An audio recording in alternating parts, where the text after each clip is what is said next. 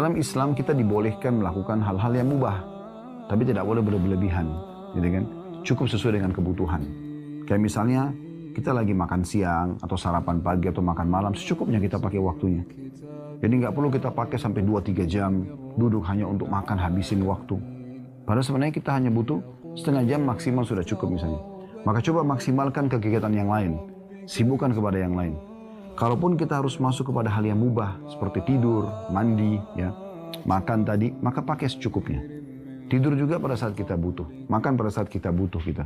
Selebihnya usahakan hal-hal yang bermanfaat. Dan jangan pernah sibukkan diri di waktu-waktu itu dengan dosa-dosa. Karena nanti akan diisi dengan penyesalan. Orang yang mengisi waktunya dengan dosa, maka dia akan menyesal. Jangankan orang yang berbuat dosa, teman-teman. Orang yang tidak sempat mengisi waktunya dengan amal soleh, itu sudah cukup membuat dia menyesal nanti pada hari kiamat. Ada kisah unik.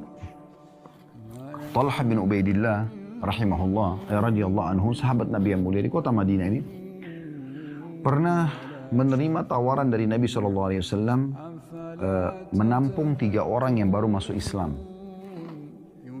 Datanglah 3 orang itu, karena mereka baru masuk Islam, tidak ada keluarganya di Madinah, maka Nabi bilang, siapa yang tanggung? Talha bin Ubaidillah, orang kaya di Madinah. Dan beliau orang soleh, salah satu dari 10 orang yang masuk surga. Maka beliau mengatakan, saya Rasulullah, saya tanggung mereka. Tinggallah di rumah Talha, dibiayailah hidup kedua orang ini. Subhanallah, berjalan waktu terjadi peperangan. Orang yang pertama dari 3 orang ini mati syahid. Berjalan waktu lagi, terjadi lagi peperangan. Orang yang kedua dari mereka, dari 3 orang ini, ikut perang mati syahid juga. Berjalan waktu lagi, orang yang ketiga mati tapi di atas ranjangnya. Mati di atas ranjangnya. Yang terjadi, Talha bin Ubaidillah radhiyallahu anhu mimpi, ketiganya dalam mimpinya ini. Jadi yang paling depan di surga adalah orang yang mati di atas ranjang. Kemudian datang di belakangnya orang yang meninggal mati syahid yang nomor 2. Dan yang paling belakang orang yang mati syahid yang pertama. Maka kata Talha bin Ubaidillah, ya Rasulullah, tadi malam saya mimpi begini. Bagaimana kami memahami mimpi ini gitu? Karena kan yang pertama mati syahid, yang kedua mati syahid, yang ketiga cuma mati di atas ranjang. Kok bisa yang mati ketiga ini lebih baik gitu? Lebih di depan di surga, lebih tinggi derajatnya. Maka kata Nabi SAW, bagaimana kau bisa pungkiri itu, hai Talha? Dari mana kau bisa memungkiri tentang sholatnya, tentang puasanya, tentang zikirnya? Di umur yang Allah kasih, lebih berapa hari dari teman-teman yang mati syahid. Jadi artinya kalau teman-teman diberikan kesempatan umur dan bisa beramal soleh, jangan disia-siakan. Karena 1 hari aja itu mahal sekali.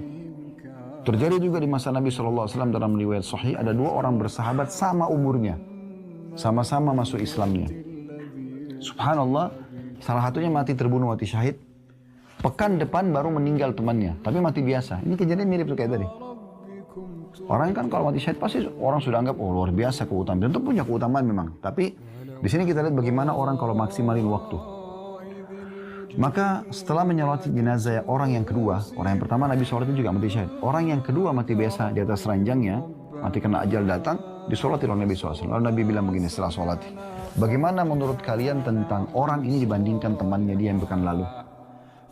Maka kata para sahabat, ya Rasulullah, semoga saja orang ini yang baru kita sholatin bisa mencapai derajat sahabatnya karena persahabatannya maksudnya. Karena kan yang pekan lalu mati syahid.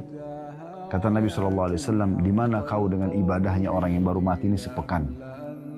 Sesungguhnya ketahuilah perbedaan derajat antara orang yang baru kita sholat yang mati di atas ranjang dengan orang yang mati syahid pekan lalu antara langit dan bumi. Maksudnya lebih tinggi orang ini. Jadi teman-teman, kalau Allah kasih kesempatan walaupun 1 menit saja, jangan disia-siakan.